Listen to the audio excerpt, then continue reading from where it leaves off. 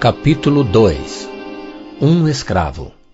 Desde os primeiros tempos do Império, a mulher romana havia se entregado à dissipação e ao luxo excessivo, em detrimento das obrigações santificadoras do lar e da família. A facilidade na aquisição de escravos empregados nos serviços mais grosseiros, como nos mais elevados misteres de ordem doméstica, inclusive os da própria educação e instrução, havia determinado grande queda moral no equilíbrio das famílias patrícias, porquanto a disseminação dos artigos de luxo vindos do Oriente, aliada à ociosidade, amolecera as fibras de energia e de trabalho das matronas romanas, encaminhando-as para as frivolidades da indumenta, para as intrigas amorosas, a preludiar a mais completa desorganização da família, no esquecimento de suas tradições mais apreciáveis. Contudo, algumas casas haviam resistido heroicamente a essa invasão de forças perversoras e criminosas.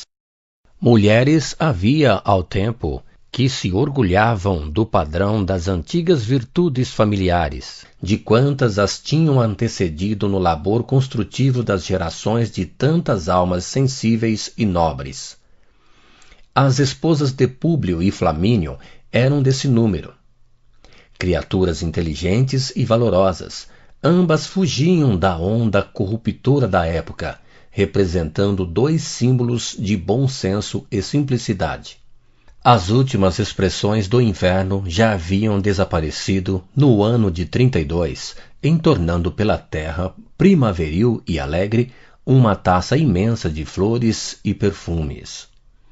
Num dia claro e ensolarado, vamos encontrar Lívia e Calpurnia na residência da primeira, em amável palestra, enquanto dois rapazinhos desenham distraidamente a um canto da sala. As duas senhoras organizam aprestos de viagem, corrigindo defeitos de algumas peças de lã e trocando impressões íntimas, a meia voz, em tom amigo e discreto. Em dado momento, os dois meninos alcançam um dos quartos contíguos, enquanto Lívia chama a atenção da amiga nestes termos. Teus pequenos não têm hoje os exercícios habituais? Não, minha boa Lívia, respondeu Calpurnia, com delicadeza fraternal, adivinhando-lhe as intenções. Não só Plínio, mas também Agripa consagraram o dia de hoje à doentinha. Adivinho as suas vacilações e escrúpulos maternos, considerando a boa saúde dos nossos filhinhos, mas os teus receios são infundados. Sabem os deuses, todavia, como tenho vivido nesses últimos tempos, desde que ouvi a opinião franca e sincera do médico de Tibur. Bem sabes que para ele o caso de minha filha é mal doloroso e sem cura. Desde então, toda a minha vida tem sido uma série de preocupações e martírios. Tomei todas as providências para que a pequena fosse isolada do círculo de nossas relações, atendendo aos imperativos da higiene e à necessidade de circunscrever, com o nosso próprio esforço, a moléstia terrível. Mas quem te diz que o mal é incurável? Acaso semelhante opinião proveio da palavra infalível dos deuses? Não sabes quanto é enganosa a ciência dos homens? Há tempos, ambos os meus filhinhos adoeceram com febre insidiosa e destruidora. Chamados os médicos, observei que eles se revezavam no mistério de salvar os dois enfermos, sem resultados apreciáveis. Depois refleti melhor na providência dos céus e imediatamente ofereci um sacrifício no templo de Castor e Pólux, salvando-os de morte certa. Graças a essa providência, hoje os vejo sorridentes e felizes. Agora não tens somente a pequena Flávia, mas também o pequenino Marcos. Aconselho-te fazeres o mesmo, recorrendo aos deuses gêmeos. É verdade, minha boa Calpurnia. Assim farei antes de nossa partida próxima. E por falar na viagem, como te sentes em face desta mudança imprevista? Bem sabes que tudo farei pela tranquilidade de Públio e pela nossa paz doméstica. Há muito noto Públio abatido e doente, em razão de suas lutas exaustivas ao serviço do Estado. Jovial e expansivo de tempos a esta parte, tornou-se taciturno e irritadiço. Enerva-se com tudo e por tudo, acreditando eu que a saúde precária de nossa filhinha contribua decisivamente para a sua misantropia e mau humor. Considerando essas razões, disponho-me com satisfação a acompanhá-lo à Palestina, pesando-me apenas no íntimo a circunstância de ser obrigada, ainda que temporariamente, a afastar-me da tua intimidade e dos teus conselhos. Folgo de assim te ouvir, porque a nós nos compete examinar a situação daqueles que o nosso coração elegeu para companheiros de toda a vida, tudo envidando por suavizar-lhes os aborrecimentos do mundo. Públio é um bom coração, generoso e idealista, mas como patrício descendente de família das mais ilustres da República, é vaidoso em demasia. Homens dessa natureza requerem grande senso psicológico da mulher, sendo justo e necessário que aparentes igualdade absoluta de sentimentos, de modo a poderes conduzi-los sempre pelo melhor caminho. Flamínio deu-me a conhecer todas as circunstâncias da tua permanência na Judéia, mas alguns pormenores existem que eu ainda desconheço. Ficarás de fato em Jerusalém? Sim. Públio deseja que nos fixemos na mesma residência do seu tio Sálvio, em Jerusalém, até que possamos eleger o melhor clima da província, de maneira a beneficiar a saúde de nossa filhinha. Está bem, exclamou Calpurnia, assumindo ares da maior discrição. Em face da tua inexperiência, sou obrigada a esclarecer o teu espírito, considerando a possibilidade de quaisquer complicações futuras. Lívia surpreendeu-se com a observação da amiga, mas, toda ouvidos, revidou impressionada. Mas o que queres dizer? Sei que não tens um conhecimento mais acurado dos parentes de teu marido, que há tanto tempo se conservam ausentes de Roma. Murmurou Calpurnia, com as minudências características do espírito feminino. E constitui um dever de amizade aclarar o teu espírito, a fim de não te conduzires com demasiada confiança por onde passares. O pretor Sálvio Lentulus, que há muitos anos foi destituído do governo das províncias e agora tem simples atribuições de funcionário junto do atual procurador da Judéia, não é bem um homem idêntico a teu marido, que, se tem certos defeitos de família, é um espírito muito franco e sincero. Eras muito jovem quando se verificaram acontecimentos deploráveis em nosso ambiente social, com referência às criaturas com quem agora vais conviver. A esposa de Sálvio, que ainda deve ser uma mulher moça e bem cuidada, é a irmã de Cláudia, mulher de Pilatos, a quem teu marido vai recomendado, em caminho da alta administração da província. Em Jerusalém vais encontrar toda essa gente de costumes bem diferentes dos nossos, e precisas pensar que vais conviver com criaturas dissimuladas e perigosas. Não temos o direito de reprovar os atos de ninguém, a não ser em presença daqueles que consideramos culpados ou passíveis de recriminações. Mas devo prevenir-te de que o imperador foi compelido a designar essa gente para serviços no exterior, considerando graves assuntos de família na intimidade da corte. Que os deuses me perdoem as observações da ausência, mas é que na tua condição de romana e mulher de senador ainda jovem, serás homenageada pelos nossos conterrâneos distantes, homenagens que receberás em sociedade como ramalhetes de rosas cheios de perfume, mas também cheios de espinhos. Lívia ouviu a amiga, entre espantada e pensativa, exclamando em voz discreta, como quem quisesse desfazer uma dúvida. Mas o pretor Sálvio não é homem idoso? Estás enganada. É pouco mais moço que Flamínio, mas os seus apuros de cavalheiro fazem da sua personalidade um tipo de soberba aparência. Como poderei levar a bom termo os meus deveres no caso de me cercarem as perfídias sociais, tão comuns em nosso tempo, sem agravar o estado espiritual de meu esposo? Confiemos na providência dos deuses, murmurou Calpurnia, deixando transparecer a fé magnífica do seu coração maternal. Mas as duas não conseguiram prosseguir na conversação. Um ruído mais forte denunciava a aproximação de Públio e Flamínio, que atravessavam o vestíbulo, procurando-as. Então? Exclamou Flamínio, bem-humorado, assomando a porta com um malicioso sorriso. Entre a costura e a palestra, deve sofrer a reputação de alguém nesta sala, porque já dizia meu pai que mulher sozinha pensa sempre na família. Mas se está com outra, pensa logo nos outros. Um riso sadio e geral coroou as suas palavras alegres, enquanto Públio exclamava contente.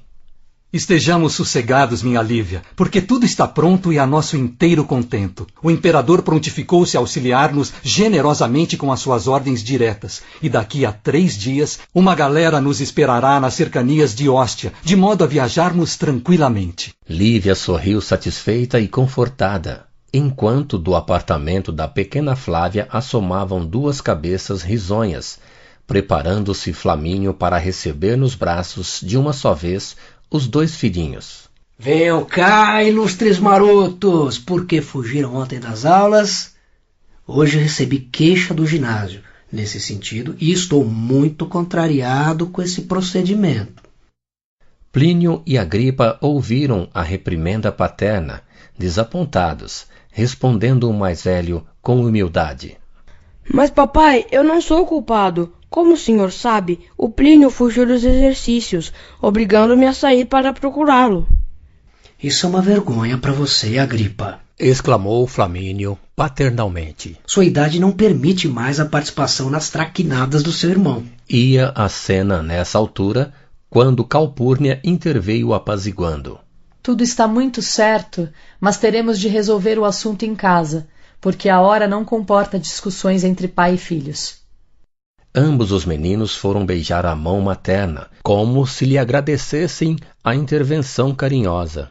E daí, a minutos, despediam-se as 2 famílias, com a promessa de Flamínio, no sentido de acompanhar os amigos até Óstia, nas proximidades da Foz do Tibre, no dia do embarque. Decorridas aquelas 72 horas de azáfama e preparativos, vamos encontrar nossos personagens numa galera confortável e elegante nas águas de Óstia, onde ainda não existiam as construções do porto, ali edificadas mais tarde por Cláudio.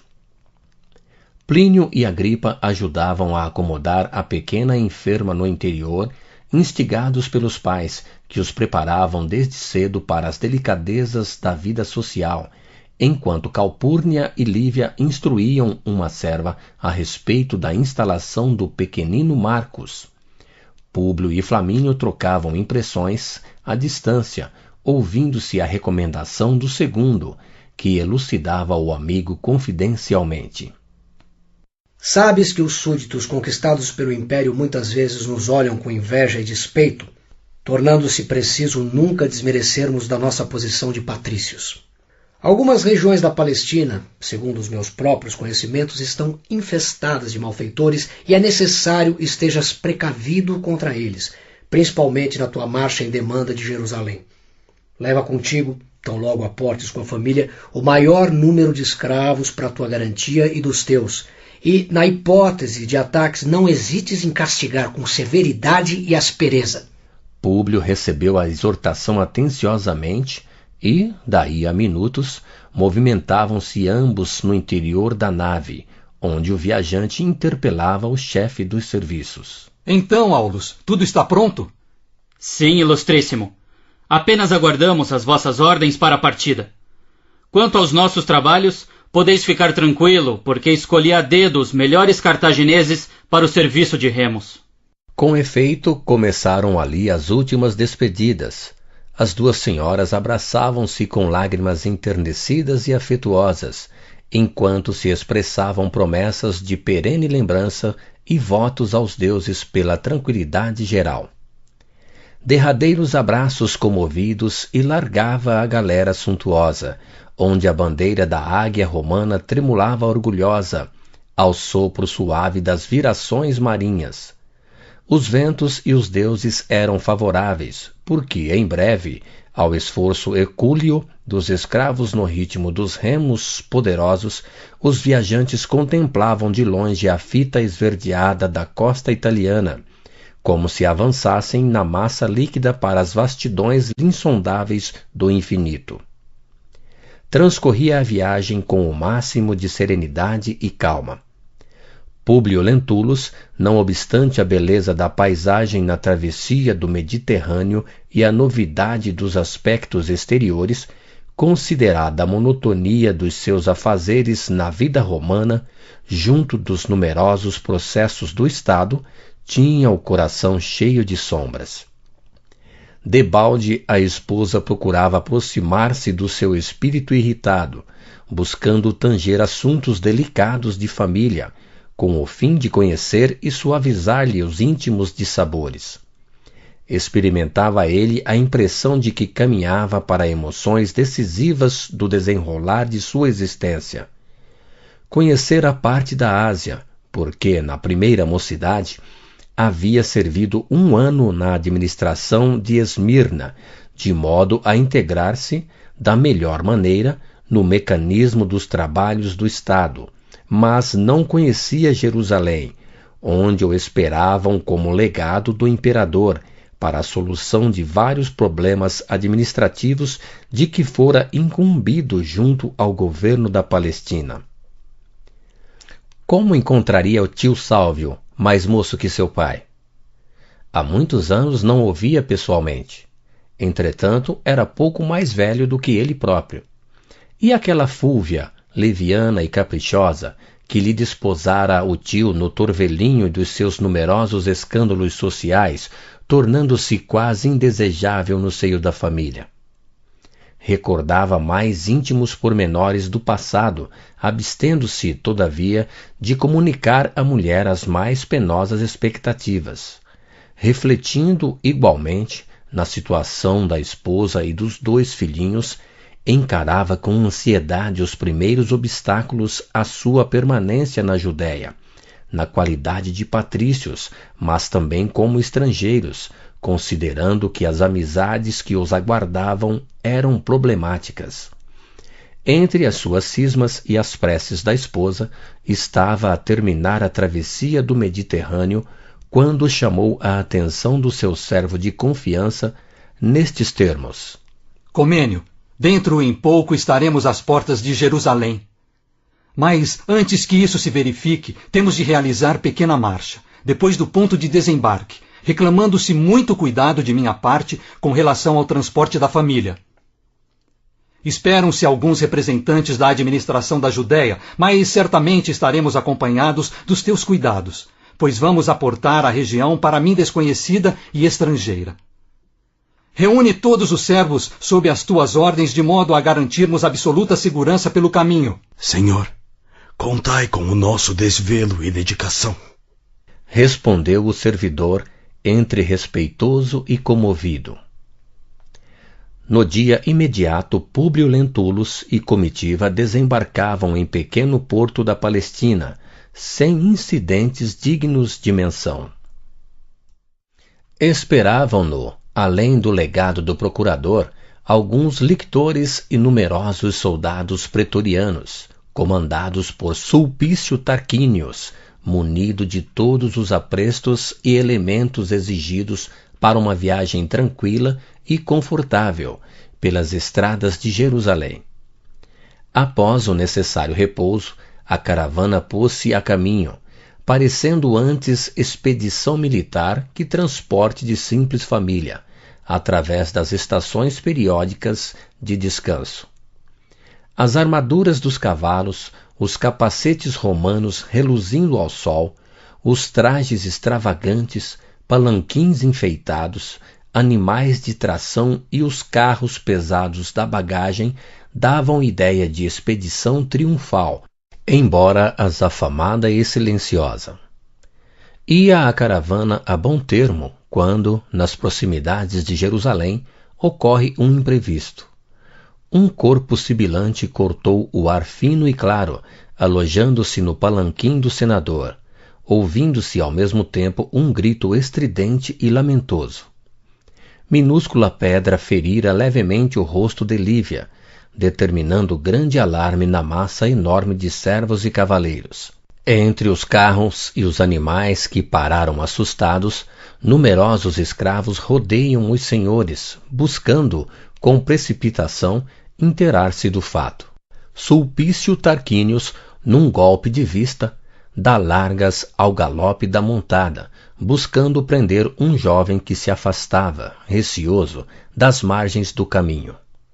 E, culpado ou não, foi um rapaz dos seus 18 anos apresentado aos viajantes para a punição necessária. Públio Lentulus recordou a recomendação de Flamínio momentos antes da partida e, sopitando os seus melhores sentimentos de tolerância e generosidade, resolveu prestigiar a sua posição e autoridade aos olhos de quantos houvessem de lhe seguir a permanência naquele país estrangeiro. Ordenou providências imediatas aos lictores que o acompanhavam, e ali mesmo, ante as claridades mordentes do sol a pino e sob o olhar espantado de algumas dezenas de escravos e centuriões numerosos, determinou que vergastassem sem comiseração o rapaz, pela sua leviandade. A cena era desagradável e dolorosa. Todos os servos acompanhavam, compungidos, o estalar do chicote no dorso seminu daquele homem ainda moço, que gemia em soluços dolorosos sob o látego despótico e cruel. Ninguém ousou contrariar as ordens impiedosas, até que Lívia, não conseguindo contemplar por mais tempo a rudeza do espetáculo, pediu ao esposo em voz súplice: Basta, Públio, porque os direitos da nossa condição não traduzem deveres de impiedade. O senador considerou então a sua severidade excessiva e rigorosa. Ordenou a suspensão do castigo doloroso, mas, a uma pergunta de Sulpício, quanto ao novo destino do infeliz, falou em tom rude e irritado: Para as galeras! Os presentes estremeceram, porque as galeras significavam a morte ou a escravidão para sempre. O desventurado amparava-se, exânime, nas mãos dos centuriões que o rodeavam, porém, ao ouvir as 3 palavras da sentença condenatória, deitou ao seu orgulhoso juiz um olhar de ódio supremo e de supremo desprezo. No âmago de sua alma coriscavam relâmpagos de vingança e de cólera, mas a caravana pôs-se novamente a caminho. Entre o ruído dos carros pesados e o tilintar das armaduras, ao movimento dos cavalos fogosos e irrequietos. A chegada a Jerusalém ocorreu sem outros fatos dignos de nota. A novidade dos aspectos e a diversidade das criaturas é que impressionaram os viajantes no seu primeiro contato com a cidade, cuja fisionomia, com raras mudanças, no decurso de todos os séculos, foi sempre a mesma, triste e desolada, preludiando as paisagens ressequidas do deserto. Pilatos e sua mulher encontravam-se nas solenidades de recepção ao senador, que ia, como legado de Tibério, junto da administração da província, encarnando o princípio da lei e da autoridade. Salvio Lentulus e a esposa, Fúlvia Prócula, receberam os parentes com aparato e prodigalidade,